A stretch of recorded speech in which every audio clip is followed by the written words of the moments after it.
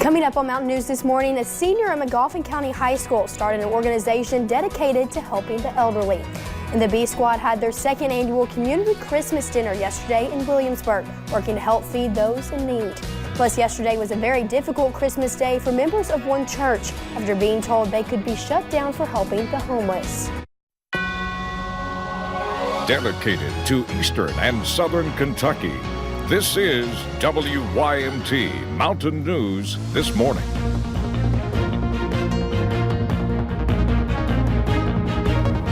Good morning. The time is 4:59 on December 26th. I'm Madison Pergram, and thank you for joining us on Mountain News This Morning. So if you're just waking up, it's the day after Christmas. You've been celebrating for a couple days. Let's go to Brandon Robinson. I know he's been celebrating for the past couple days.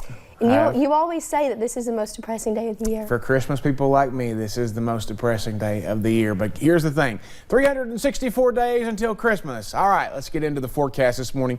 A little chilly across parts of the area, but outside the WYMT studios, things look pretty good so far this morning. No fog for the most part. Some patchy fog across parts of the region, not too bad, and some patchy frost as well. Huge temperature swing as you head out the door this morning between the ridges and the valleys. 35 right there in Middlesboro, 37 in Harlan, 36 here in Hazard, but 50 in Jackson, 49 Prestonsburg, 50 Logan, and 48 in Pikeville, also 46 out towards Somerset. So a normal day for temperatures, but of course it's the first day back to work after the holiday for a lot of folks, so a little extra needed, almost like a Monday there across the region. But the good thing is, even if today's your Monday, tomorrow's your Friday for the most part. So there you go. Out the door forecast, 65 this afternoon, sun and clouds. Those mild conditions will continue. I'll check on the rest of the forecast coming up here in just a little bit. Madison.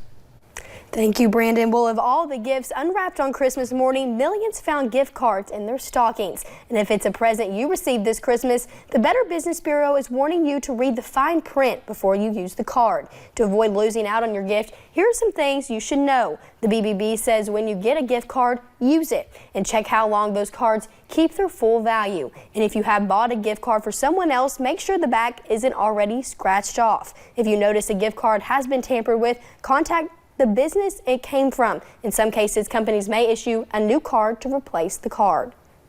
What the scammer will do in this gift card scam is they will get the numbers off the back of the card and monitor it to make sure when it's been purchased, when it has value on it. And at that point, they will empty the card as soon as they know that, hopefully before the recipient has a chance to use the card. For any other unwanted gifts, the Better Business Bureau says Kentucky does not require businesses to refund gifts or post their refund policies. If your gift came from an online store, see if they have a brick and mortar location to try to make a return or get store credit. And a senior at Magoffin County High School started an organization called Helping Hearts. The program brings the community together to help the elderly. Keisha Collingsworth says they do not just buy them things, but enjoy spending quality time at the nursing home. This Christmas, she was able to deliver them Christmas gifts. But this year I had so much help from my community and even people outside of my community, and we raised so much money that I actually got to access their Christmas list, and I bought all of the residents everything on their Christmas list. Now hear more about what inspired Keisha to start Helping Hearts in our 6 o'clock hour right here on Mountain News This Morning. And the B Squad had their second annual community Christmas dinner yesterday in Williamsburg. With the number of kids being served during their bed giveaway early this month, the group did not think the dinner was going to happen. A church teamed up with them, donating their time and food. And the dinner is in honor of founder Shannon Barman's grandmother, who lived to serve, and Christmas was her favorite day of the year. I hope everybody that comes actually gets a part of her that we all love and share God's grace. Now altogether, more than 100 meals were given out. And yesterday was a very difficult Christmas day for members of Denson's United Church of Christ in Ohio after being told they could be shut down for helping the homeless. Stephen Hardensburg has the story.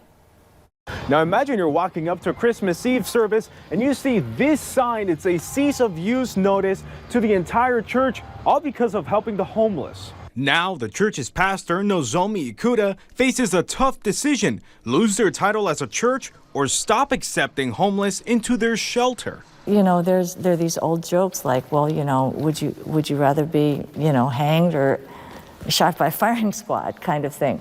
A few weeks ago, the church partnered with the homeless organization, the Metanoia Project, and set up a shelter inside of the building. However, both the building and housing and public safety departments of the city sent the pastor the notice.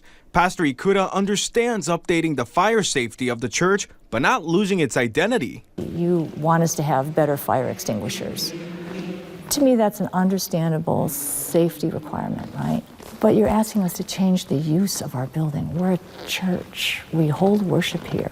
We reached out to city representatives for the story today, but they were not available for comment. Just as concerned is Jonathan Harris, a former homeless man who now works with the Metanoia Project. He says there is no reason why a church should lose its status for helping others. When Mary and Joseph needed shelter, there was no room for them at the inn. We're trying to make room for the homeless people in this community, in the city of Cleveland. As Christmas Day winds down, Pastor Ikuda hopes to find a solution with the city that can help them keep their religious title. If there were will, I am sure that there will be a way.